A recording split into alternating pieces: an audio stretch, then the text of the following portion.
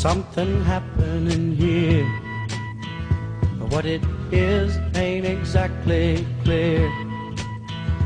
There's a man with a gun over there, telling me I got to beware.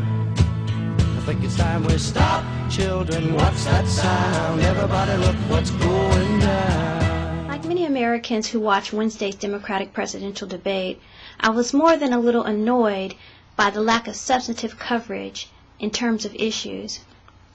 But perhaps more importantly, I also found myself very concerned with ABC's choice of George Stephanopoulos as moderator for the event.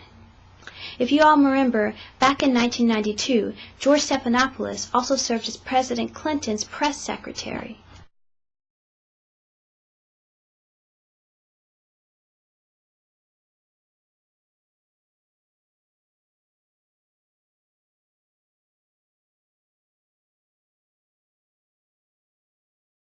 Was the choice of Stephanopoulos as moderator fair to Obama?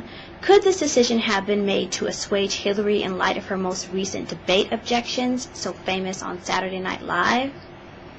Possibly. But the situation grew murkier when Stephanopoulos posed a relatively obscure question to Obama concerning an associate of his by the name of William Ayers, a former member of the Weather Underground, a group convicted of bombing the Pentagon and Capitol. On 9/11, he was quoted in the New York Times saying, "I don't regret setting bombs. I feel we didn't do enough." An early organizing meeting for your state Senate campaign was held at his house, and your campaign has said you were friendly. Can you explain that relationship for the voters and explain to Democrats why it won't be a problem? George, but this is an example of what I'm talking about. This is a guy who lives in my neighborhood, who's a professor of English in Chicago, who I know and who I have not received some official endorsement from. He's not somebody who I exchange ideas from on a regular basis. And the notion that somehow, as a consequence of me knowing somebody who engaged in detestable acts 40 years ago when I was 8 years old, somehow reflects on me and my values doesn't make much sense, George. As you can see, Obama appeared pretty incredulous about the whole issue.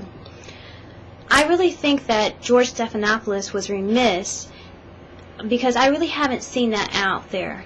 So I think it's something that he kind of just dug up to kind of support his friend. I also noted that Obama went after Hillary on the cookie issue, but I really think that at this point in time, those two candidates are treading pretty close to making the entire party lose confidence in them. So I think it's about time for them to fall back a little bit and let the people decide and just run a basic campaign. But of course I'm not their strategist, so those are my thoughts. I just thought I'd share them with you. All in all, it wasn't too good of a debate, but as they say, us political freaks can't be choosers. I'm back. I just wanted to make sure I thank Project Breakout and anyone who may vote for me. Okay, bye. For reals this time.